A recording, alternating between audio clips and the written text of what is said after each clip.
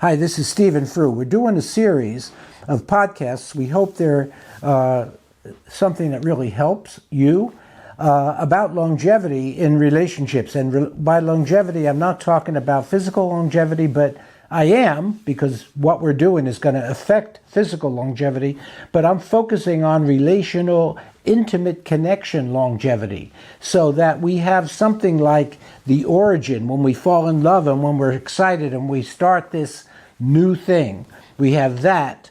And then in the culture, within 10 or 12 years, divorce is starting to happen at a alarming rate.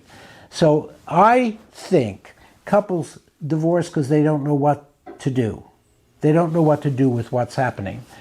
She doesn't want sex with me anymore, he says. Or she says, I wonder if I married the right guy. Or we never really talk. You know, Stephen, in here we talk, but Bob and I never really talk about important things. I don't know how to do that. They have complaints about each other, but they don't know what to do. And their relationship, in a lot of situations, on certain indicators, their relationship is fine. They got money in the bank, or they invested money. They're halfway through paying off their mortgage. Their children are growing up successfully or playing sports or whatever. They're doing good in many ways, but in the area of intimate connection, of actually sitting in a restaurant together on Friday night and wanting to talk to each other about something that other than their problems, about something other than the news. Or ain't it awful what's going on out there? They want to talk to each other in terms of discovery.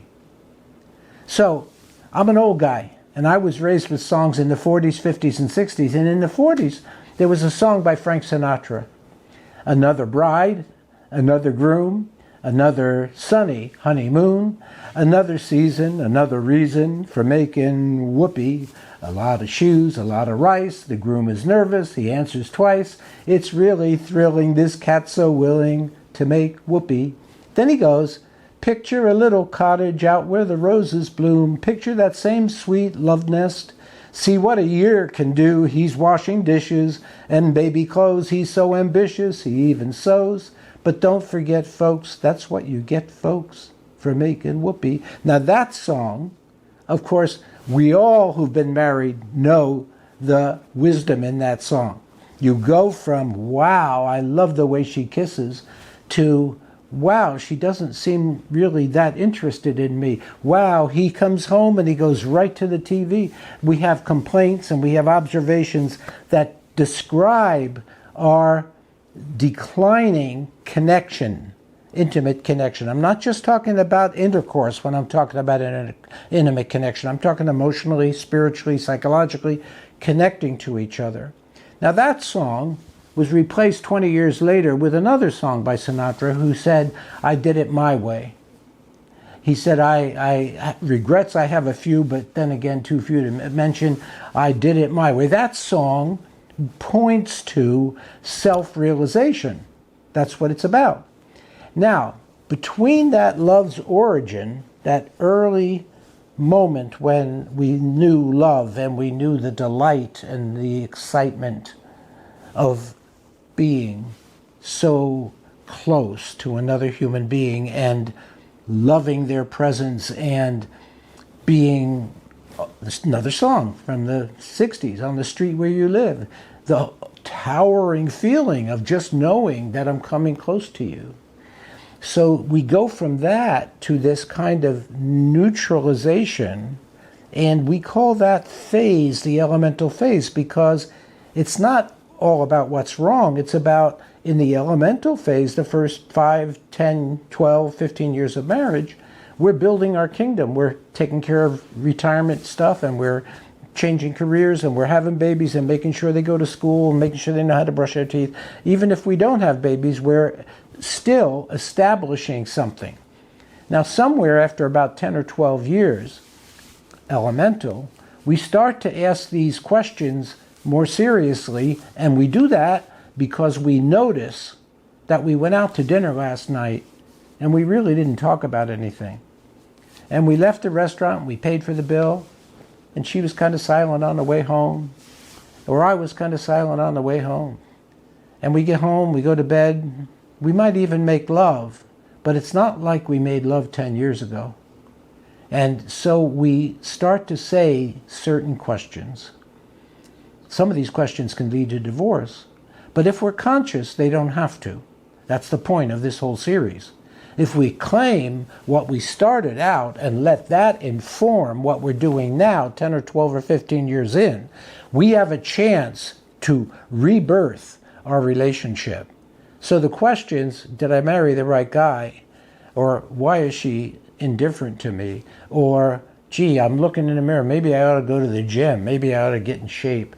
A whole bunch of questions, those are really good questions. Now, if you want to get your hands around those questions, go you get yourself a copy of The Wizard of Oz and rewatch it. Because in The Wizard of Oz, Dorothy has a mission. And her mission is to get back, God only knows why, to get back to Kansas.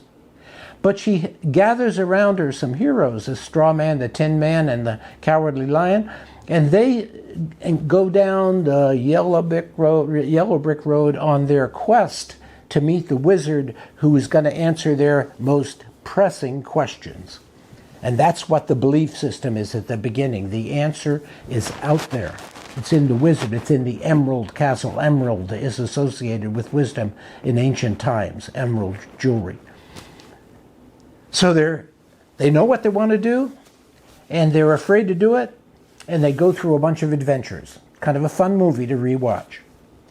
Now, they get to the wizard, and the emerald castle is big and imposing, and they go in the door, and there's a thunderous voice. Who dares? Who dares to come in here? And they're trembling with fear, this mighty wizard in the Emerald Castle. Toto is the little dog that goes along with them, and Toto's just wandering around like dogs do, and he knocks down a screen, and the screen is hiding the wizard. And the wizard's standing at a mic. He's an old guy. He's kind of stooped, gray hair, and he's turning a crank that makes his voice amplified. And Dorothy is furious. She says, "You're not a wizard at all." And he says, "Well, I try to help. I try to help out. But I'm going to give you guys something that you didn't know you needed." And then he gives them his gifts. If you think you're stupid, he gives that guy a diploma. I think that's the scarecrow. If you think you don't have a heart, he pins a little plastic heart. I think that's the Cowardly Lion, maybe. And he gives them, he says, "This, look, in this world, this is what the world offers. They credential you. And a diploma credentials you, or a heart worn here, that credentials you." He says, "You've had it inside you all along. And I'm just recognizing it." So what happens to them at that point is they recognize that their questions, having been focused on something outside of them, do we have enough in our retirement plan? Are we going to expand the house and redecorate the bedroom? Am I going to get that new car that I've always wanted to get? Am I going to be going to the gym and get the body I've always wanted and needed? And so on. Outside, the projection is outside of you. You go from that to the wizard turns him around and says, what you're looking for is inside of you. It's always been inside of you. It's inside of you now, and that's where your work is.